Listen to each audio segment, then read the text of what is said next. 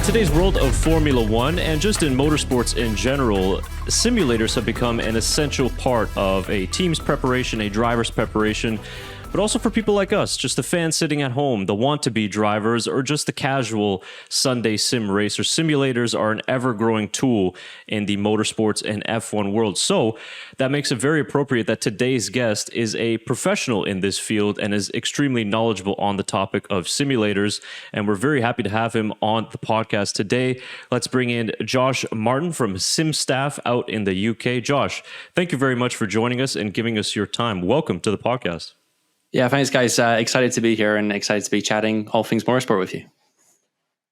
Absolutely. And there's a lot that we're going to talk about in this episode, mainly centered around simulators and the work that your company does. And we're also going to touch on a very wide range of topics as well today. But let's just get started for the viewers out there, maybe who haven't heard of SimStaff. Tell us a little bit about your company that you work for and also a little bit about yourself and your background. Yeah, for sure. So I've been in the world of digital motorsport, or sim racing, as I'll probably call it throughout this, for about a decade now. I started off as a professional driver kind of before it was cool, is how I describe it to people. So competed in online racing competitions, represented Bentley for their SRO esports during the lockdown period, and then launched SimStaff. And what we do at SimStaff is we provide simulators and staff, hence the name, for brands, private individuals, corporate events, really to use racing and driving simulators as like experiential marketing tools. As you guys alluded to, they're obviously super important in the world of real Formula One. And we kind of just try to bridge that gap between virtual and reality on a global scale.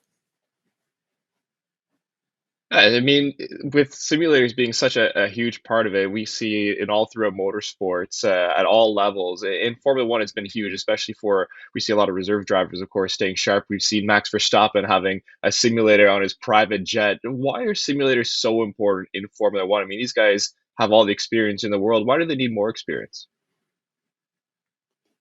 Yeah, for sure. So for people who are maybe new to Formula One, there was a series of changes to the rules around, I think, 2020 or maybe even 2021, which kind of restricted the amount of testing that the teams can do. Obviously, it's very cost prohibitive, but also from a balance of competition performance, they wanted to restrict how much time teams could test for. So the simulator provides almost an endless amount of scenarios which they can run, whether that's tire wear, aero balance, all this kind of stuff. And even throughout a Grand Prix weekend, what you'll quite often see is the teams will have a simulator at their factory, which is kind of 1-to-1 scale with the real car. And they're running all different types of race scenarios so that between, practice 1 and practice 2, they can be testing different setup work. Maybe it's running race simulations. And even when they're not using the driver in that simulator, the simulator itself can obviously then be generating alternative scenarios. So I guess it's kind of like a Swiss Army knife, gives them a variety of scenarios that they can then use, and ultimately, hopefully, gives them a chance to have a better result come race day. How does your staff get involved with like the F1 teams and the people that your clients basically? How do they get involved? Yeah, for sure. So, I mean, obviously, we're talking about their like the high end multi-million-pound simulators that the teams have. For ourselves at SimStaff, we're very much not towards that scale. It's more accessible for the fans. So, we have kind of simulator cockpits. Like I know some of you guys have got your own sims at home, and we'll take those around the world, supporting various teams like Williams or Alpine, through to kind of maybe some of their sponsor and partner events. And there, what we do is provide, I guess, a more accessible racing simulator that people can use. You can jump on, try a few laps. Whether it's iRacing, the Formula One game, a set of course, or whatever it may be. And, it's a little bit of a cliche, but I guess give people a chance to try out what it's like to drive an F1 car. Obviously, the level of force feedback and sensations is not 1-to-1, but at least gives you a bit of insight of like how realistic it can be. And also it's a bit of fun as well. So for example, we're supporting at various fan zones throughout the year, whether it's, like I say, trade shows or corporate events, and really just trying to, like I say, bridge that gap between the virtual worlds and the real worlds.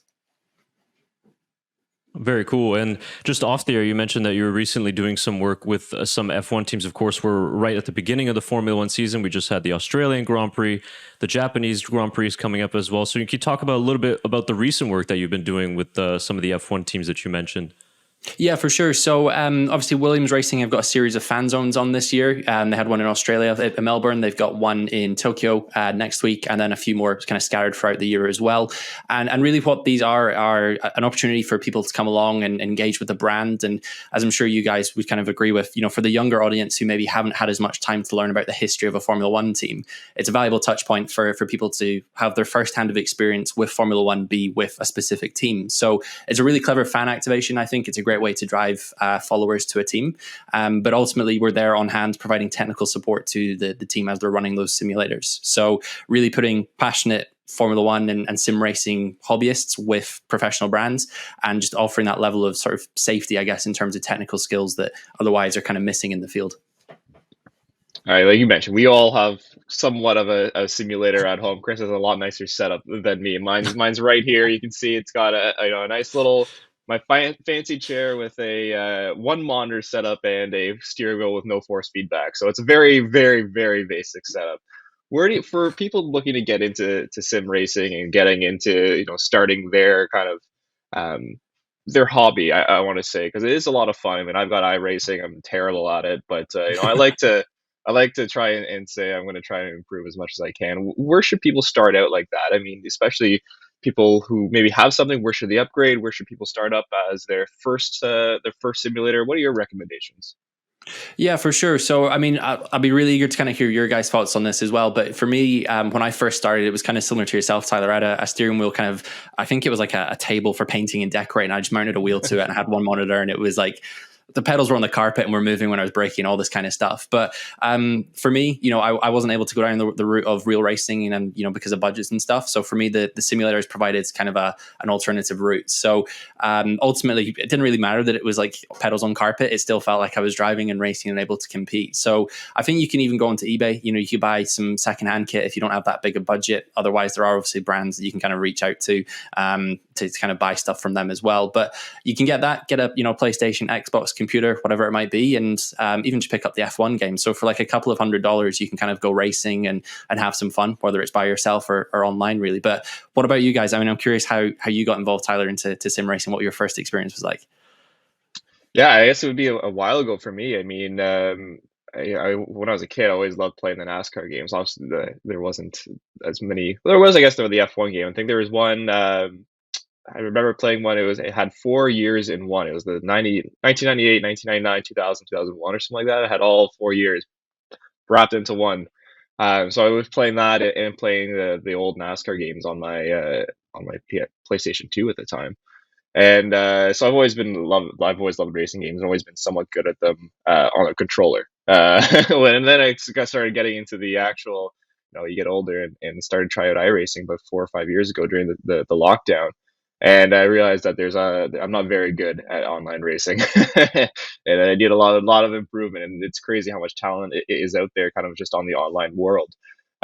So that's been really cool, and I've been on and off iRacing, and love my MX-5, and try to race my MX-5 like it's an F1 car. But that's where I got started, and I love just trying to get on there and picking up a race and just going to have some fun. And it's getting frustrating sometimes. I'm sure anyone who's done simulator racing, you can't get the fastest time in the world, or you start just losing the back end all the time. But I enjoy it, and I try to have fun with it. So.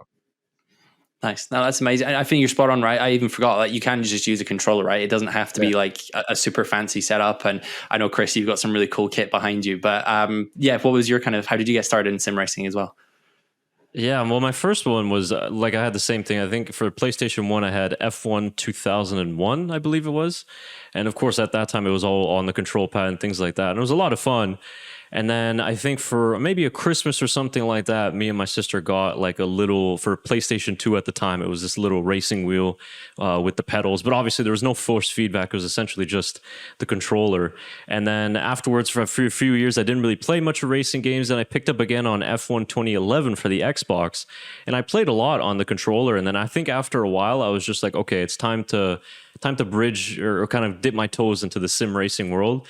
And I think the first one that I started off with was that like the cheapest Ferrari wheel. I forget what the name of it was, but there's no force feedback. There's nothing with it, and that was okay. And then I think that one broke after a while, and then slowly I started to upgrade. And I think, as Tyler said there, you start to get a little bit better. You start to get more comfortable. Then you kind of desire a better gear, because then you start to want to feel more aspects of the car, like the braking and the steering. And I mean, I got a few photos of my setup here that I'll just quickly show to the viewers at home, because as you mentioned there, to your point, Josh, I mean, I got the Thrustmaster SF1000 replica wheel, but the thing is you could really do a really solid sim racing setup for not a lot of money. I think the whole thing really cost me under $1,500 with the seat and everything included. So you can really do some pretty good racing on a budget. And some of the things I already noticed that with the setup is I would like to improve the pedals, for example, because I've noticed for me, I'd like a lot more feeling on the brakes, because I essentially have no feeling on the brakes. So I know that's another upgrade I'm potentially looking at, is to get some load cell pedals to get some better feeling on the brakes. But yeah, that's basically kind of how I got into it. And it's a lot of fun. I think, Tyler, I don't know, Shaker, if you do any sim racing on your end, or if you're still in the controller generation. So I started doing a bunch of sim racing when I was back in high school, just with the old like Logitech controllers, because I played a bunch of video games because I was very competitive racing with my one buddy that I grew up with. So we played like Gran Turismo and like Forza all throughout high school. And I think honestly, the first thing I really got into it, I'm sure it's the same thing with you, was like going to an arcade when you were like a child and playing like the first like arcade or like motorcycle game. So I think that's what initially got me into like driving and racing, and then eventually just like playing with my friends and competing with my friends. And then I don't do it as much anymore, but I used to do it so much up until I was like probably like, 19, 20, just competing with my friends on the controllers, or just like any kind of like racing game. And that's how like I really got into motorsport and cars and stuff like that. So that's awesome. Yeah, and I think there's a couple of things there, right? So I mean, the fact that, and this is what I try to describe to people when it's their first time using a simulator is, okay, you're maybe only having small competitions with friends, maybe they're in the same like area as you, or maybe it is online or whatever, but you kind of build that appreciation of what it's like to kind of get the perfect lap, why it's important to be braking right. And then as you're watching, Formula One, NASCAR, whatever form of motorsport, you can kind of take a pinch of that knowledge you've learned and then apply it to the real world. And then the other part is obviously kind of with that wheel that you were showing there, the Ferrari wheel, like it's a 1-to-1 replica, I think, of the actual real wheel. And if, I certainly find when I'm using that steering wheel and I'm trying to make all the button changes and all the dial changes and stuff, and then you look at what the real drivers are doing and seeing they're doing that at speed, and they've got an engineer talking to them saying, change this, that, and whatever throughout the lap. Again, it just kind of gives you a newfound appreciation, I find, at least for what these guys do, particularly at the speeds they do it. Yeah, absolutely. That's a great point. And just on that SF1000 wheel, it's, if there's anybody out there that's potentially thinking about buying it, I would highly recommend it, just because for the quality of the build as well, it's really well done, and it makes you really feel like a Formula One driver. The buttons are very nicely built, and everything as well is very solid. So I think it's well worth the purchase. I'm playing it on the Xbox, so I've only playing with the official Formula One game, but still, nonetheless, it's a great time when you're on it. But it brings me maybe to my next question here. Of we talked before about the importance of simulators, how important it is for professional drivers, and of course, they're very complicated setups. But this is a question to you, Josh, in particular, and then maybe also to Tyler and Shaker as well. Did you notice that as your time racing on these simulators in the artificial world, did you find that it also helped improve your real world driving, maybe just in terms of your reaction times and being able to multitask and do different things? I mean, some people might think, oh, it's just a video game, you're wasting a few hours on a video game, but does it have some possibilities to actually improve your real world driving? Yeah, I think that's such a great point to make. So the story I like to tell about this is when I was, before I'd set up SimStaff kind of pre-pandemic, I was working at a different company, still in the event space and that kind of thing. And the owner of the company had a Lotus Exige, and he took it to a track day and brought me along. And I spent a good week beforehand just loading up a set of Corsa, trying that car and track combination and really just practicing it, because okay, it's a really cool opportunity, but it's also my boss's car, and if I crash it, I'm probably going to lose my job. So it was quite a daunting but exciting experience. And anyways, I went out on track, I did a couple of kind of laps by myself, and I was coming through this fast right-hander, and the car, just the back end snapped out, and I'd no sooner realized what was happening that I'd corrected it and kind of caught the slide drove very slowly for the rest of the in-lap, but it was in that moment I was like, wow, okay, maybe the skills I have been learning can translate, because I like to think, I played the F1 game, I could probably drive a Formula car relatively well. Physically might not hold up to it with my neck, but at least, I wouldn't have been it too much. But that was really for me kind of like the dead set moment of, yeah, this is skills that can work. And even when you're on the normal roads, if it's raining or, got a nice quiet stretch of road, it's good to kind of just play with the car and get that feeling. I don't know if you guys feel the same, but there is, I think, at least some natural crossover just from the muscle memory alone.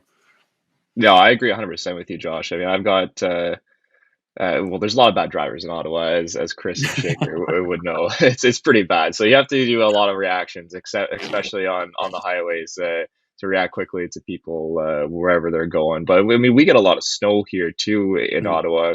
Chris, you don't have to deal with the snow as much anymore, which is nice. But I find that I got a new car that has a little more power, so I'm enjoying my new car. But I find that there's a lot of slide correcting that I've been that I have better reaction time after playing all these games than maybe the normal person would. I'm proud to say I haven't spun out my car, or I spun out once, but I was intentionally trying to drift around a corner in the snow. So anyway, I'm proud to say I haven't done anything yet. So knock on wood.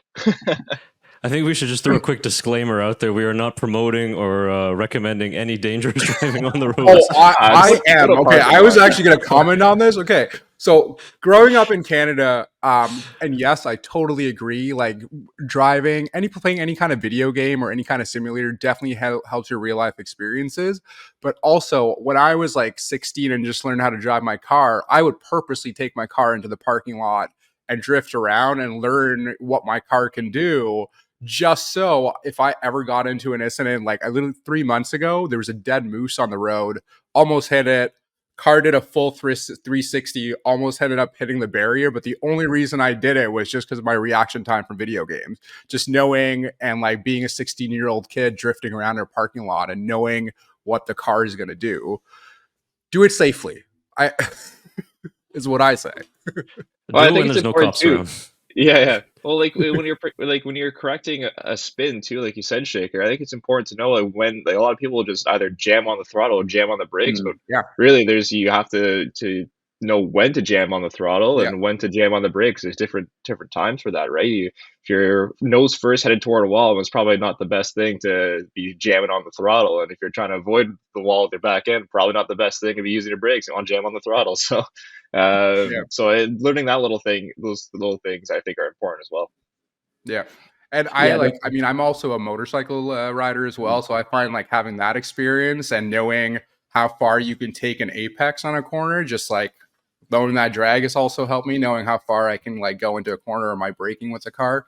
So, I mean, everything just like kind of connects together in like driving and No, definitely. I think that's one of the biggest critiques that people maybe of an older generation have of simulators now is like you can just hit the reset button and go again. And how I try to describe it to them is the reason that a lot of people learn to swim isn't to go and swim thousands of miles. It's more so that they don't drown, right? And it's the same with the simulator. You're learning to kind of deal with scenarios that come up so you don't crash, rather than necessarily using it as a full training tool. There are people who will do it as a training tool, but principally, I think if we could have everybody kind of trained on how to deal with snow or dead moose, maybe in the most Canadian scenario possible, like it's an important thing to have, right? And I would hope that maybe there's a future where people can be using simulators as part of their driving lessons or tests to kind of deal with unexpected scenarios, right?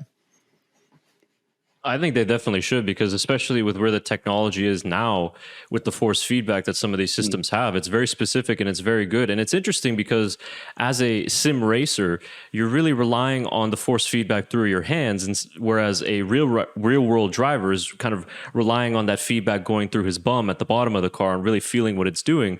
Whereas on the simulator world, you really have to rely on everything that's coming through your hands.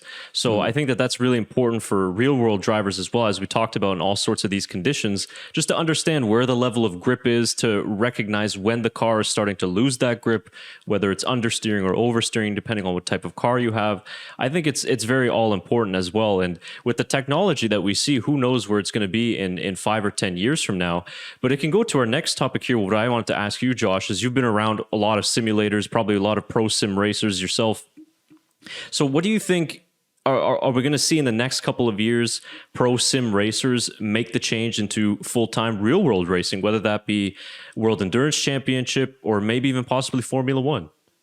Yeah, I think it's a really interesting topic. I've been watching the series on Netflix, the NASCAR series. I can't remember what it's called, but and I know within there's one of the NASCAR drivers he was an iRacer and then has moved to real life NASCAR, and for him it's been very successful in the Formula world as well. There's a lot of drivers, particularly kind of Formula 4, 3, 2, who are all big sim racers, and I think as much as you can argue Max and Lando obviously didn't just use solely sim racing, I think it's very clear that that's formed kind of a key pivotal foundation of their training tool as well. So I'd imagine it's something we're going to see continuing to grow in value. These simulators are accurate down to kind of the nearest millimeters now with the curbing and that kind of stuff. And if you look at somewhere like Miami back when that first came to the calendar, it's not a circuit where the teams can just turn up and do some testing. They have to rely on that simulator entirely. So I think the question of budgets always remains. Motorsport is not a cheap sport, as we all know, but I would like to hope that, simulators will offer that kind of either part of a tool for people to get into real motorsport, or maybe we will find someone who really does have that kind of soul, skill, and budget to run with it. I know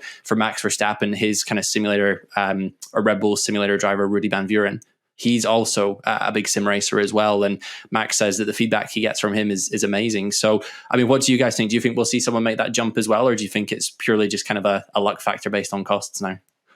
You put up a good point with watching the NASCAR show. William Byron is the driver you're thinking of. Yeah. That's my driver. That's my favorite driver. He drives the number 24. Jeff Gordon used to drive that back in the day. That was my favorite driver. So I'm stuck with the number. So that means I'm stuck with William now here too. So it is pretty crazy. I mean, he started out as just a kid on iRacing and worked his way up through all the national series in NASCAR, and now he won the Daytona 500, the biggest race in NASCAR, and is trying to win a championship this year. He's won 2 races already this year, and we're 4 races in. So he's had a lot of success, and I think that a lot of people are looking at him as a big success story. And then on the North American side, I'm not sure as much in Europe if there's someone who's kind of following those footsteps or in similar footsteps.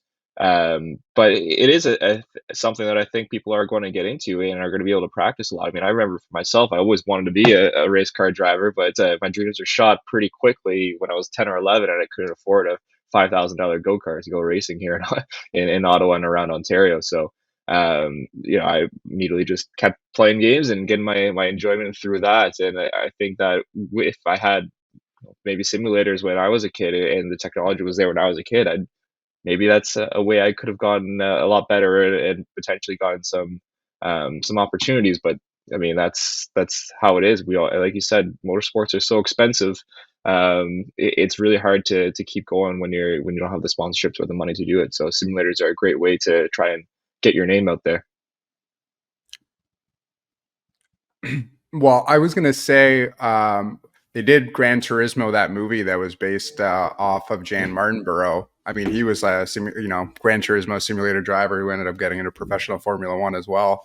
So, I mean, it's definitely coming more, and I feel like with how Drive to Survive and the media kind of controls things, I think we're going to see a lot more sim drivers and a lot more kids just getting into it for those reasons, Yeah, definitely. And I think, when you compare the costs of karting to these simulators and the fact that there's now kind of that structure being built in the world, the virtual world at least, of whether it's the iRacing Series Championships or maybe it's the Formula One Esports Championship, there is, I guess, a ladder, and it's just how you kind of make that leap across. But it's something that we notice, at least at kind of the fan zones or trade shows, whenever we run a simulator event, we try to always put like the real driver's time there as well. So if we're doing like laps around Silverstone, we'll take someone's qualifying time. And, it's really cool, particularly, obviously the younger kids who are striving to try and beat that after taking it professionally, but also for the older people who maybe aren't able to kind of beat that time, they almost have like a newfound appreciation of the lap times that these guys are doing, and that's just in the virtual world, right? So I think the opportunity's there, and it's just how we kind of help push people across, really. It really seems like it's a matter of time, and I think that this might we'll maybe look back on it and say that Max Verstappen was really the catalyst for this new generation of sim racers transitioning into real racing, because he's been a real proponent of the idea of sim racers being able to transition into the real world. Like you mentioned there, Josh, he works closely with Van Buren. He's on Team Redline with him, and Max has done. I mean, it's crazy to see a reigning world champion doing hours and hours of sim racing with the world championship trophy right next to his desk. He's jumping on iRacing lobbies like 2 hours after qualifying, on pole position.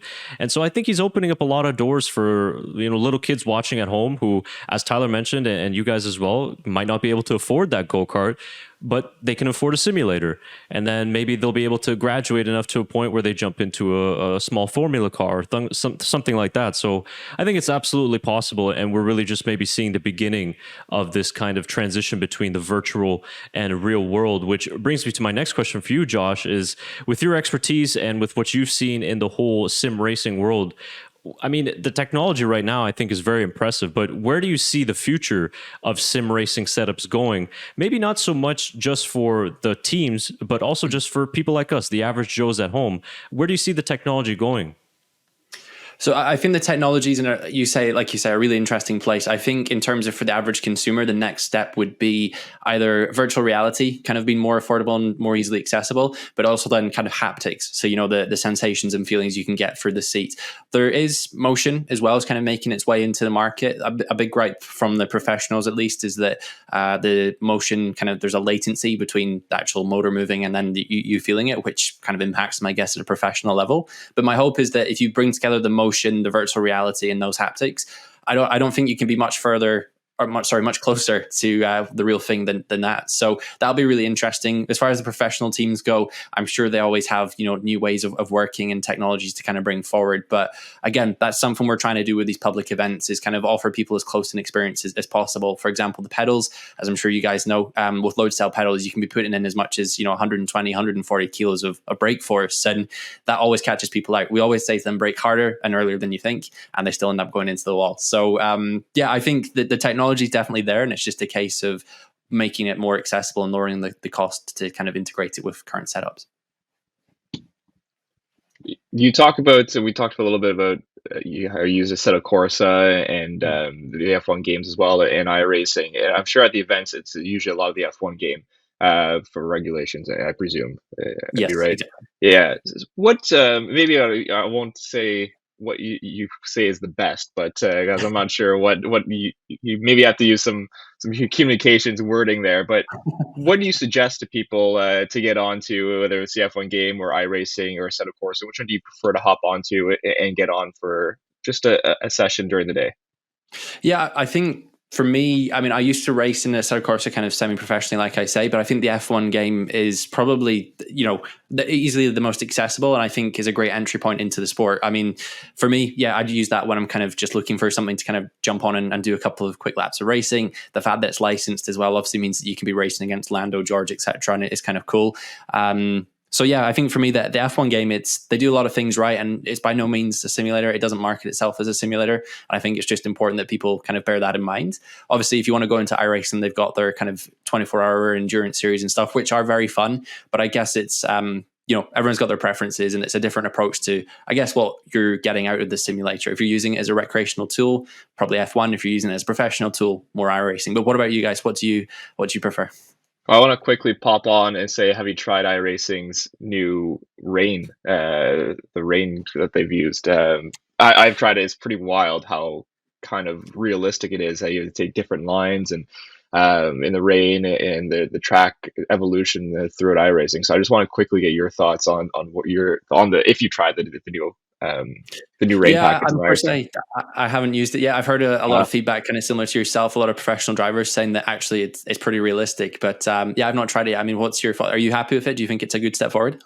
Yeah, I think it's phenomenal. I've been calling for it for years, but I'm glad they did it right, because it seems like they've really, really nailed it, and a lot of good feedback around the world, the sim world of people I watch, saying how realistic it is and how you have to change your lines every single time because the normal racing lines are a little more rubbered in, a little more smooth. The asphalt's a little smoother, so it's more it's more slippery on the actual racing line than it is on the non-racing lines during the rain and everything like that. And it will change depending on where people are running, and the track evolution is pretty wild on it. So yeah, it's really cool. I've only done a couple of races on it, not public races because I don't want to bin it and kill everyone. So I've just done a couple of AI races on it, and it is pretty wild.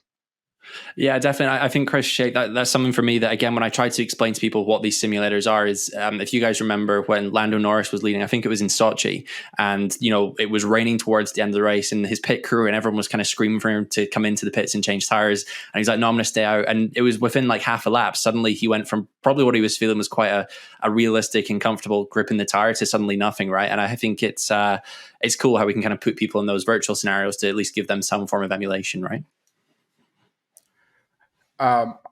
We're talking about virtual reality.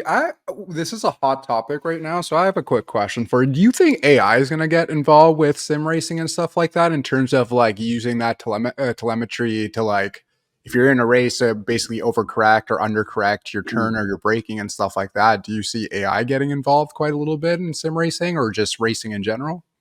Yeah, for sure. I think it's something that's becoming more and more popular. I know for the more professional sims, there are kind of plugins and tools you can now use. So, like you say, if I brake too late into a corner, the AI can kind of map out for me when I should have braked, how much pressure I should have applied, and that kind of stuff. I know, like you mentioned, Gran Turismo, they've kind of got, is it Sophie? I think it's called, is their iRacing, their AI tool. So it's definitely there. How much value it brings for the average consumer, I'm not sure, but for the professional teams, at least, if it can find you half a tenth, if it can find you a way to overtake someone earlier, then yeah, there's huge value there for sure. Yeah, that'll be interesting to see where that goes. Getting back to just the previous topic there, I could say just as a console player, I know with my computer not able to run iRacing, I do mainly only console racing. So of course the official F1 game has always been my choice, and I think they made quite a bit of improvements with the F1 23 game. The drivability is a lot better than what it was with the F1 22. Of course, it was the new ground effect car, so I think there was a little bit of tinkling there that they did, and they got the sweet spot kind of right. So they're a little bit easier to drive, but still fairly realistic. But I also suggest out there that Project Cars 2 on the Xbox is also a pretty really solid game. I mean, you get to drive various different types of cars, from your everyday road cars to supercars to endurance racing cars, even Formula Renaults, things like that. And I think that's more a simulator than it is with the Formula One game, for example. So I would highly recommend to anybody out there, if you got an Xbox and if you're just doing console racing, try Project Cars 2 for a little bit more realism and kind of more of a sim racing feel. It's a really solid game. I've personally always been a fan of Forza, just for the fact that if you played Forza, like the actual numbered ones, they were the more realistic and more sim racing kind. And then if you got more into like Forza Horizon you can still get that arcade feel, but with like real cars and stuff like that. So it's kind of nice to switch, but I always binned it whenever I went back to Forza from Forza Horizon. So yeah, yeah, those Forza games. Yeah, exactly. With those Forza games is they have the licensing in them, right? So you can be trying like your road cars, whatever you got at home, through to professional racing, and it's quite fun and quite quirky. And I think that's the important thing, right? Is for a lot of people, it doesn't have to be this top end professional training tool. If you're racing bumper to bumper with someone, I guess it doesn't matter where or when you do it, right? 100%. I mean, I played Forza all throughout to the 2, 3, 4, and was it 5? I think maybe. I haven't played it since, but I love those games. Those games were awesome. I'd spend hours and hours on it downstairs in the basement, just plugging away on my 360 and having a good time. So those were great games. It was always fun to see the rivalry between them and Gran Turismo, and you kind of play the feel of which game, depending if you have a PlayStation or an Xbox, and which game was more realistic. And cool little rivalry between those two games. Yeah, I always liked that they had like all the racetracks too, from like all around the world too. So if you ever went to go visit them, or like you kind of already had an idea of the layout of the track and stuff too. So that was kind of nice. Yeah, definitely. I think on that as well, it's a question that I'm curious to get your guys' thoughts on. Is obviously we talk about from a driving perspective, how interesting simulators are becoming, but there is the whole production element as well. Formula One have got their own esports series where you can, watch it on Twitch or YouTube or whatever. I'm wondering if there's a world in which people maybe not necessarily would pay, but can use virtual reality headsets to kind of be in the grandstands at a virtual Grand Prix. I don't know what you guys think to that though. Well, we've seen this a little bit in the NBA, where there's you can put a VR headset on it and be kind of courtside. And I think it's just in like the very pre-production phase. I'm not sure how relatively available it is for people, but we have seen it in NBA, and it'd be really interesting. I don't know if you've seen kind of too with the new, what is it, the Google Eye thing. I don't know what it's called, but it had people watching the race, and then it had kind of a layout of the track and where all the cars were. It's almost like a track map where the cars were, and then up top was the telemetries and everything like that. And I forget what the if it's, maybe it's the Apple Vision Pro. I don't know. It's something like that. But it looked really, really cool, and I'm wondering if that's more what we'll see rather than someone sitting in the grandstand VR wise just watching the cars go around. I think that maybe it'd be a better opportunity for people to be not only watching the race but having kind of the track map there and everything that's going on with them. So a lot of almost like a built-in UI that has everything built in for you. That'd be really interesting to see if that's something that comes forward. Yeah, cool stuff. I think for the most part, that's what I had on the simulator things. I want to get to maybe just a little bit of general Formula One chat with you, Josh, in just a minute or two. But maybe Tyler and Shaker, if you guys had any other simulator related questions to Josh, we could do those first, and then just get to the little general F1 chat. I just want to ask quickly, kind of what's been your favorite experience working with SimStaff, and kind of maybe the coolest experience that you've had dealing with people, whether it's on track or off track in the Formula One world? So I think for me, there's probably two that stand out. So the first one was back in 2021. Formula One did a piece of content. I think it was called Me, Myself, and AI. And it was George and Lando were both racing in a simulator at Silverstone against like their AI counterparts. And, like I think we said, obviously the Formula One game is a bit more accessible as opposed to a simulation, but seeing the guys jump on and enjoy themselves and kind of, I guess, validate for me what was at one point almost a professional career was a really nice thing to see. The second one, which is up there, is when Daniel Ricciardo was coming back to the F1 game after his hiatus last season. We were supporting EA for the shoot for that, which was really cool. And again, he, jumped in the sim, was having a good time. And the one thing I've noticed with these F1 drivers is they always have kind of a really set, obviously, schedule for how long they can be doing stuff. And they're always kind of one more lap, just give me a couple more minutes. It's really cool to see that they enjoy it just as much as we do. And I think you guys mentioned it earlier, you talk to Max, or you see what Max talks about when he talks about sim racing. And it's almost feeling at this point that the sim racing is more of a focus and the F1's kind of like a hobby he does on weekends, at least, judging by how long he's spending on it. So yeah, it's cool to see that validation, definitely. That's a really cool experience to be helping with the behind the scenes stuff of Daniel Ricciardo's return. And I'm sure that it must have been a pretty kind of pinch yourself moment for you in a way.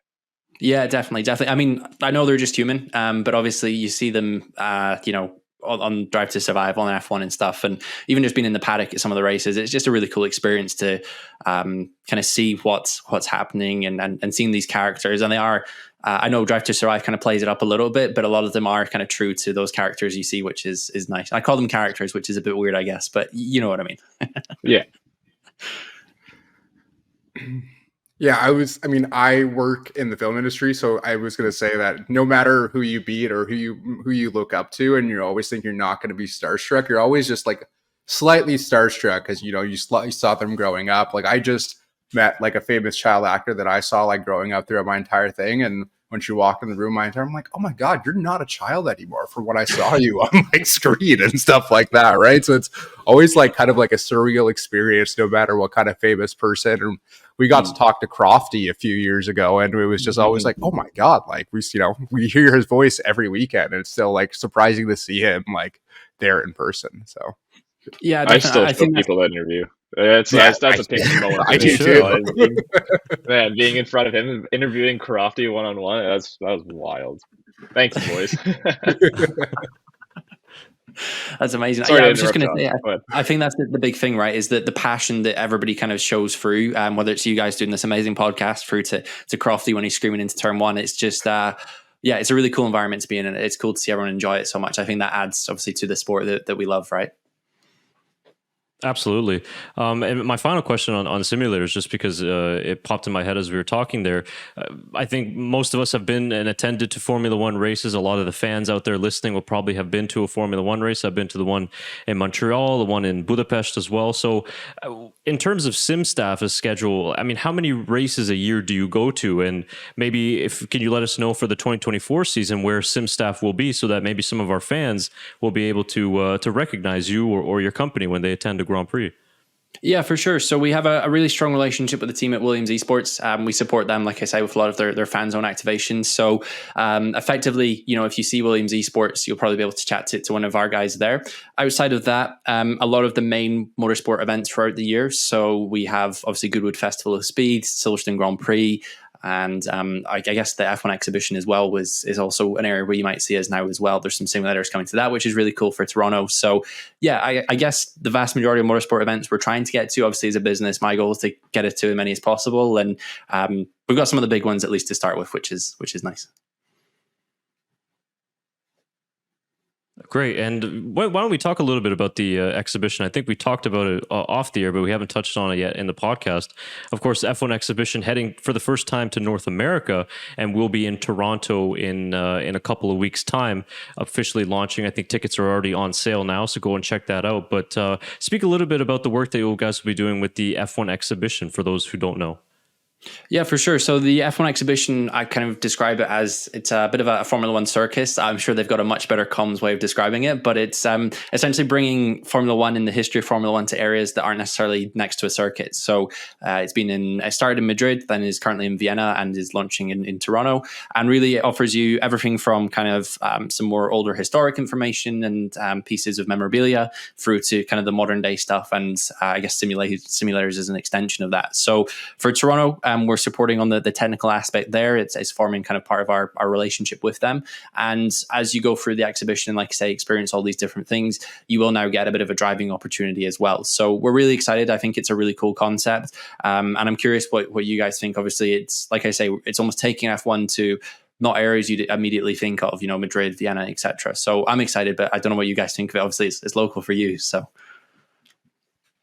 Yeah, I know I always wanted that exposure as a kid, and even now would be really cool. I mean, it's 4 hours away, which isn't too bad for Canada. That's not a far drive for Canada. That's whatever. But yeah, it's going to be, obviously Toronto's the biggest city in Canada. It's going to be pretty cool to. I think it's going to be packed. I think people are going to be really, really interested in it. There's a lot of. Canada's a very smallly talked about F1 nation. I think there's a lot of fans in Canada, and there has been for a long, long time, especially with all the Italian and Canadians that there are. A lot of Ferrari fans in Canada as well. So I think it's going to be a big success in Toronto, and I think it's going to open up the eyes to a lot of people. I know people are screaming for another race in Canada, and there's a lot bigger markets that there are to hit than another race in Canada. But I think it's great to see that the interest is still there here in the Great White North, they say. Yeah, I mean, I'm definitely buying tickets to the event. I think the day it was announced, I messaged these guys saying that I've already signed up for the pre-sale tickets. But yeah, I think it's a great experience. I mean, like you mentioned, Canada is really big into any kind of motorsport, just because there's like so many different kinds of things you can do with vehicles here in terms of like different weather conditions. So I think just having one more thing that people can get into in Canada, and like especially this part of the world. Toronto could be visited by so many like closer cities that are in the US as well, which is always like a big hit. So I think it's going to be great for local as well as like a lot of people who are going to be coming internationally to the event as well. Cause like you said, it's in North America, the first time they're doing it on this side of the world. So. Yeah, awesome. It will be interesting to see that for the first time in Canada. And hopefully, if one of us attends, then we maybe post some content out there for you guys as well on our channel. So we'll see what happens with that. But we'll slowly begin to wrap up this podcast, a special edition here with Josh Martin of SimStaff. But I'd like to ask you, Josh, of course, next to your simulator duties, you are, of course, a motorsport fan, a Formula One fan, and probably most important of all, fan of the BMF1Show podcast. So once again, thank you for that. The priorities in that order, don't Don't worry. Yeah, exactly.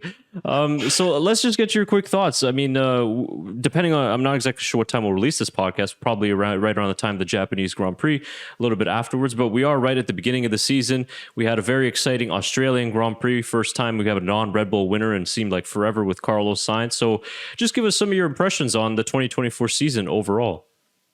Yeah, for sure. I mean, I think if you looked at my fantasy team, you'd probably say I don't actually know much about the sport. It's been a bit of a rough year for my fantasy team so far. But in terms of this season, I think it just amazes me the fact that the only other race winner from Max Verstappen, and as long as I can remember, is currently the only person without a seat for next season. I think it's absolutely crazy. And obviously, you know, the field is starting to get more competitive, minus Red Bull, which is great. But I know, or at least my expectation is, a lot of the teams are now probably devoting their focus towards those new regs as they come in. I think, is it 2026 possibly? Yeah. So yeah, I think this season and maybe next season, we won't see too much changing. But I think, like James Vowles was saying, you know, at least towards the lower end of the table, it is probably only going to be a couple of points difference that make a big thing for these teams and their prize pools. So I guess, in short, I'm excited for the season, but I don't think it's going to be too different to last season, if that makes sense. Yeah, Josh, definitely. that doesn't get the clicks. We need you to say that that Science is going to win the championship and Ferrari are going to. No, I'm just joking.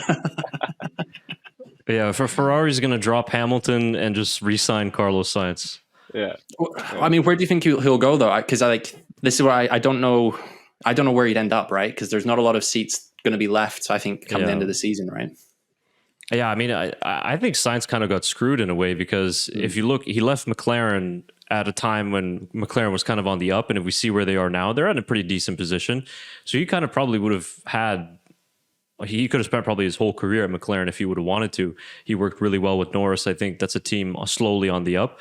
But then, of course, he couldn't pass up the opportunity to drive for the Ferrari. And again, he's worked really well with Charles Leclerc. Every season, he's gotten a little bit better. And then all of a sudden, he loses his seat. Really kind of no fault of his own. It wasn't because he was underperforming. I understand why Ferrari would sign Lewis Hamilton. That's kind of a no-brainer even at this point in his career. But yeah, to your point, I really don't know, because I think Tyler mentioned this on our previous podcast, that the way Mercedes is looking right now, I don't know. Do you really want to sign with Mercedes? But then you look at some other options. Okay, you go to that Sauber/Audi project, but that's a huge unknown. That's going to take a few years at least just to develop before they even can think of winning races, let alone championships. And then other than that, you're pretty much left with Aston Martin, which is a key team always kind of in the middle of the midfield. And then you really don't have anything else. So I feel really bad for Carlos Sainz, because I think that, you know, Ferrari seemed to have maybe figured out these regulations slowly, and with the 2026 changes, they might be at the forefront of that with the new power unit changes coming in. So it's a great question. I honestly don't know. I think at the end of the day, I'd probably still say my money would be on him to sign for Mercedes. Yeah, I think that Red Bull would be silly not to drop Perez and put Sainz in that seat at the end of the season. I think he knows the Red Bull crowd. He knows the Red Bull team, and has dealt with has been teammates with Max before. Even if Max stays or Max leaves, whatever it is. Yeah, I think it's a no-brainer in my opinion for Carlos and for Red Bull to come back together, and I think that'd be a very scary combo the way Carlos Sainz has been driving recently. Yeah, I personally want him to go to Red Bull, just because I want there to be like a Rosberg Hamilton kind of year. Just because it's probably not going to be as insane, but I just want there to be a little bit of drama in the Red Bull camp, just to like light more of a fire in Max. But I think it's just a weird situation, but I think he might end up at Aston Martin just based on Alonso's future for next year. Depending on what he decides to do, and because I think he's just said like last month or a few weeks ago, he's gonna see how he feels at the end of the year.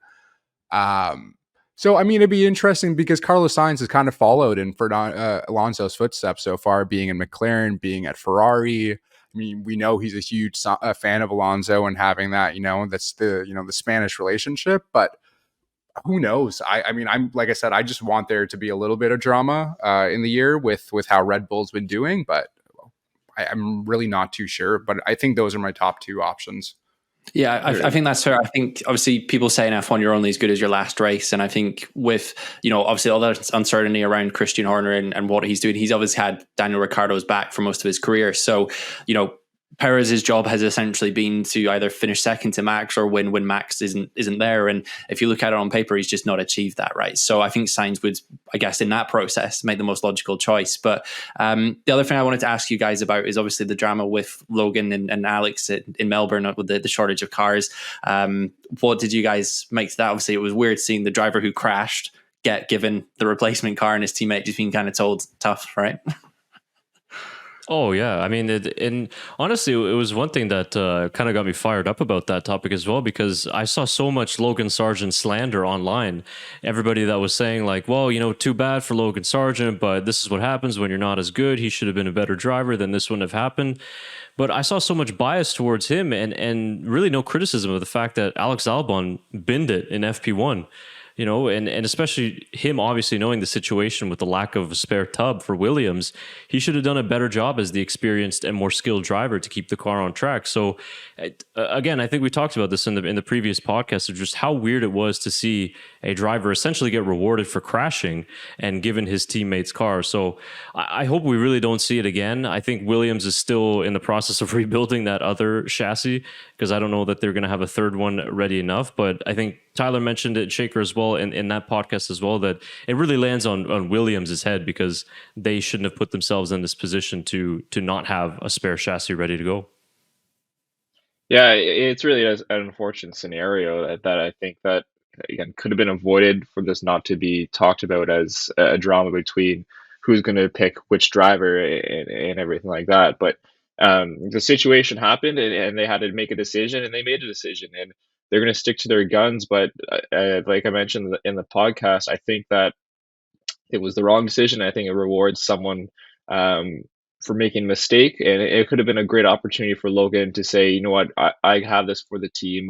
I'm going to do my best to get points, and maybe he would have got points. We don't know, right? Obviously, there's a lot of hypotheticals, but it would have been a great opportunity for Logan just to really step up.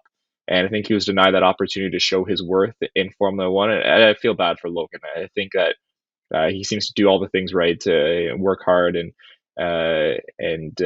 make his way to Formula One. And I hope he gets to shine this season and kind of say, hey, I hope he's the first Williams driver to get points personally. And it's nothing against Albon. It's more just for Logan to have that, because I do really like Alex Albon as a driver as well. I just really am kind of cheering for Logan for the rest of the year.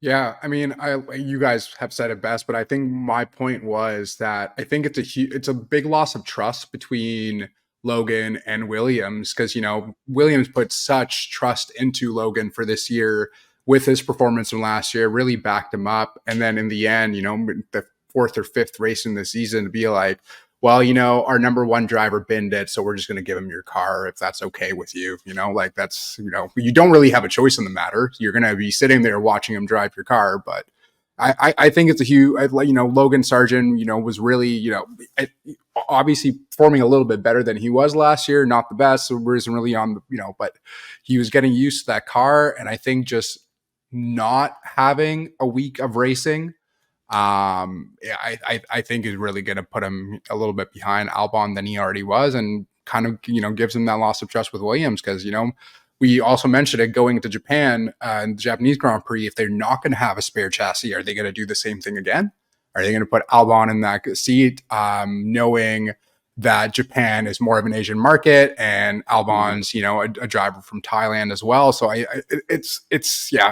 there's a lot of ifs in the air at the moment for Logan Sargent and Alex Albon. So yeah, definitely. I think that's, I guess, the great irony of it, right? Is if they don't have this extra tub, I'm not saying Logan necessarily would, but if he does get an offer elsewhere, does that mean that he then has this, there's a spare seat going at Williams now? So it's, I think Suzuka is going to be an interesting weekend, just as much on the track as it is off the track, really. Absolutely. And yeah, we got a lot of great storylines heading into the Japanese Grand Prix. Of course, Max Verstappen usually rebounds well after a DNF like this, and a high-speed circuit like Suzuka seems to really favor the characteristics of the RB20. But it'll be interesting. I mean, we'll see. Like Ferrari have made some improvements, and McLaren as well have obviously gotten off to a much better start than they did in 2023. So I agree with your assessment, Josh. I don't think that it's going to be necessarily a close season for the championship, but I'm hoping that it'll be better than last year with some maybe surprise winners here and there, and overall better races. But there's always a lot to look forward to, a lot of interesting storylines, and I think that the driver market, for example, is one that's going to dominate the headlines throughout the year, because we've always got rumors and different things swirling around. So yeah, it should be very good.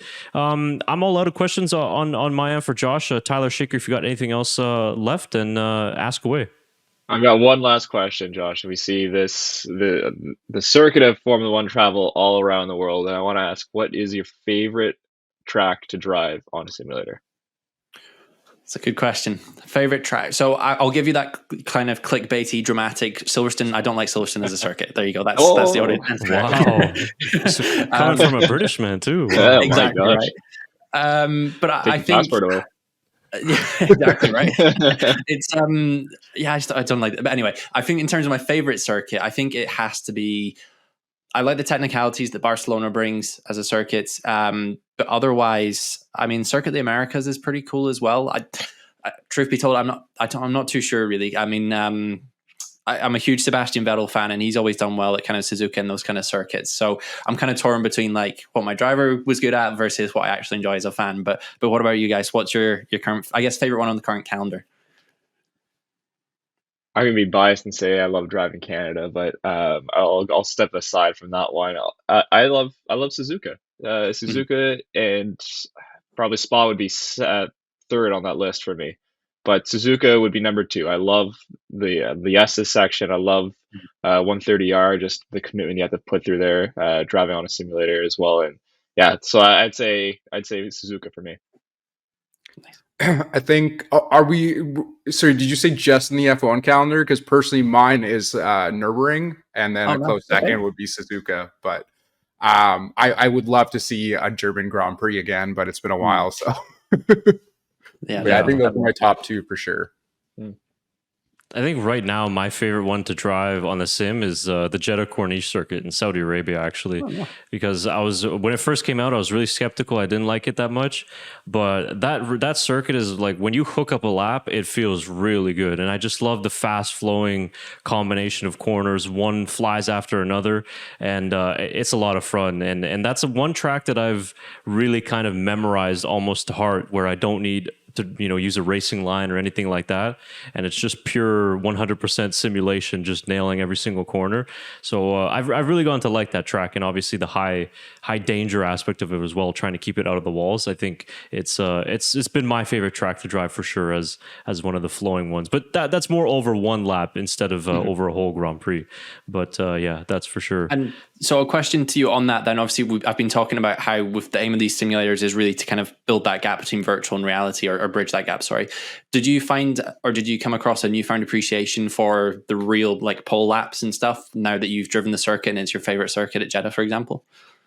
Yeah, absolutely. Because, I mean, first of all, the amount of commitment that it takes to go fast on that lap. Because, I mean, there's times when I'll put in what I think is a fast lap, and then I'll look at the leaderboard, or I'll compare it to Verstappen's pole time, and I'm, still maybe a second off or things like that. And I'm looking at my lap and I'm thinking, I don't know where I'm going to find a second. And then it gets you thinking as well, how many times I crashed over a hot lap. Just, you make one wrong move, you make one wrong judgment, and you're into the wall.